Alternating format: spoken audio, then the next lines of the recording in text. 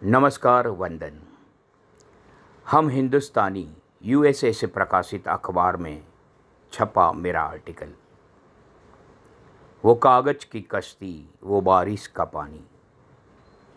Article का पठन और लेखन नितिन देसाई। देश के कई हिस्सों में बारिश का प्रारंभ हो चुका है। मुंबई में भी हल्की सी बारिश आ रही है। मेरी नज़र आसमान की ओर है और आसमान मुझे मेरे बचपन की याद दिला रहा है। बारिश का सच्चा आनंद तो बच्चे ही ले सकते हैं। मैं जब बच्चा था तब ज़ोरदार बारिश गिरती रहे ऐसी उम्मीद रखता था, क्योंकि मुझे स्कूल से छुट्टी मिले। स्कूल से छुट्टी यानी होमवर्क से छुट्टी। मगर उस वक्त भी वर्क एट होम तो करना ही पड़ता था। उस वक्त बारिश में टीचर होमवर्क देते थे। एक बार बारिश में मुझे घर पर ही क्रिकेट विषय पर लंबा निबंध लिखने को कहा गया था। मैंने भी सोच समझकर निबंध लिखा। आज बारिश है तो मैच बंद है, और मैच बंद है तो निबंध भी बंद। फिर तो टीचर ने जो रिमार्क लिखा था वो आज भी मेरे दिमाग में बंद है। बारिश में वो खेलना, वो कूदना, वो नाचना, वो भीगना, ऐसा लगता था कि बारिश तो सिर्फ बच्चों के लिए ही है। जब युवा अवस्था आई तब बारिश भी नवयुवान दिखने लगा।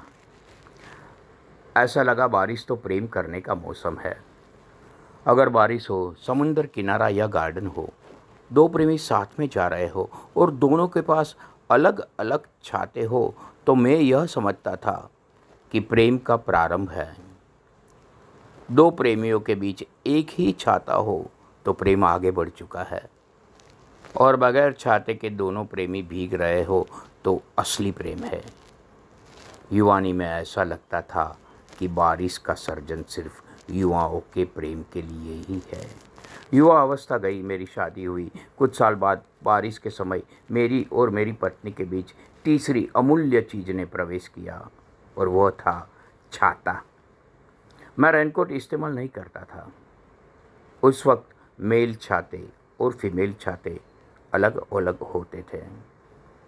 मेल छाते ज़्यादातर ब्लैक और फीमेल छाते कलरफुल रहते थे।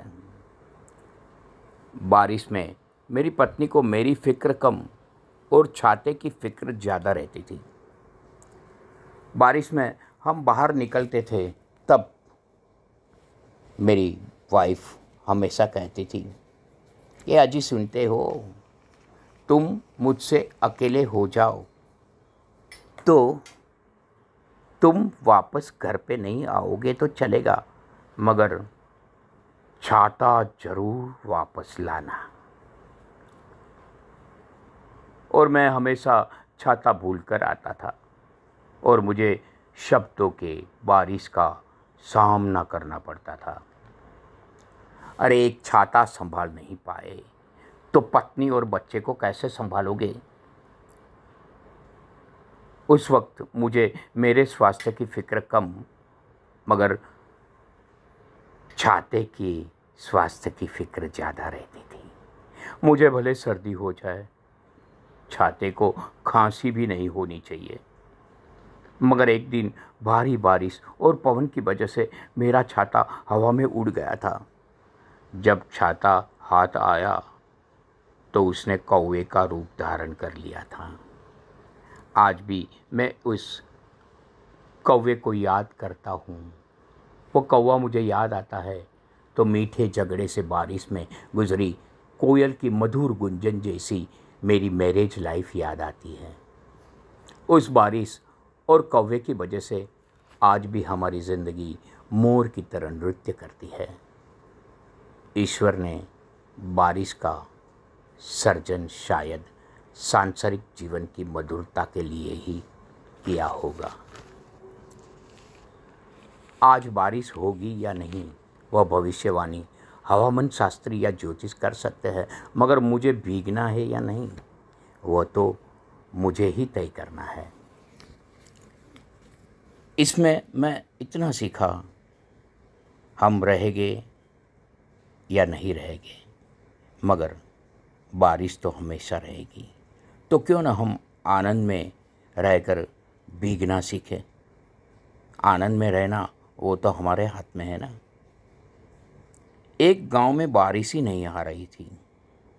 सब ईश्वर से प्रार्थना करने लगे। इंद्र देवता अचानक प्रसन्न हुए और कहा, बोलो, मांगो, क्या काम था। सब ने कहा, हमारे गांव में बारिश का प्रबंध करो। भगवान ने कहा, सबके घर पे छाता है तो मेरी क्या ज़रूरत। किसी ने पूछा, हम समझे नहीं। भगवान ने कहा, जब किसी को भीगना ही नहीं है तो मेरी क्या ज़रूरत। गुजराती कवि रमेश पारेख की पंक्तियों का हिंदी अनुवाद कुछ ऐसा ही है। आज बारिश नहीं है ऐसा नहीं कहते रमेश, बारिश तो होगी मगर हम भीग नहीं पाए। आजे वरसाद नथी एम न कहिए रमेश, हसे आपड़े भीना न थया। पश्चिम के कई इलाकों में मौसम का भरोसा नहीं रहता। हिंदुस्तान में भी बारिश के बारे में हम भविष्यवाणी नहीं कर सकते, मगर बारिश को हम ध्यान से देखें और समझे तो मानना पड़ेगा कि आदमी ने अपना स्वभाव बदला है, बारिश ने नहीं। आदमी ने अपना रंग बदला है, बारिश ने नहीं। आदमी ने शायद भेदभाव रखा है, बारिश ने नहीं। पश्चिम के कई इलाकों में मौसम का भरोसा नहीं रहता। हिंदुस्तान में भी बारिश के बारे में हम भविष्यवाणी नहीं कर सकते, मगर बारिश हमें यह सिखाती है, मेरा भरोसा नहीं, वैसे ज़िंदगी का भी भरोसा नहीं। कवि ने लिखा है ना, भरोसा है क्या ज़िंदगी का, साथ देती नहीं ये किसी का। इसलिए भविष्य की फिक्र न करें और वर्तमान में बारिश का आनंद लूट लें। उम्र के आखिरी पड़ाव के बाद हम नहीं रहेंगे, मगर कृपा की बारिश तो इस पृथ्वी पर हमेशा प्रेम का संदेश बरसाती रहेगी। इसलिए ज़िंदगी मिली है तो कभी कभी हम आसमान की तरफ देखकर प्रेम की बारिश में भीगते हुए कवि सुदर्शन फ़कीर की रचना और जगजीत सिंह जी की आवाज़ गुनगुनाते रहे और एक दूसरे को कहते रहे, वो कागज़ की कश्ती, वो बारिश का पानी, भले लूट लो तुम मुझसे मेरी जवानी, मगर मुझको लौटा दो बचपन के वो दिन। वो कागज़ की कश्ती, वो बारिश का पानी। पूरे विश्व में प्रेम की बारिश गिरती रहे, यही हम हिंदुस्तानी की भावना। Pure Gujju, sure Gujju, pure प्रेम, श्योर बारिश, श्योर प्रेम, प्योर बारिश। पठन करते समय कुछ गलती हो गई हो तो क्षमा के साथ। नितिन देसाई का प्रणाम, वंदन। सबके इष्ट देव को वंदन, सबके गुरुदेव को वंदन।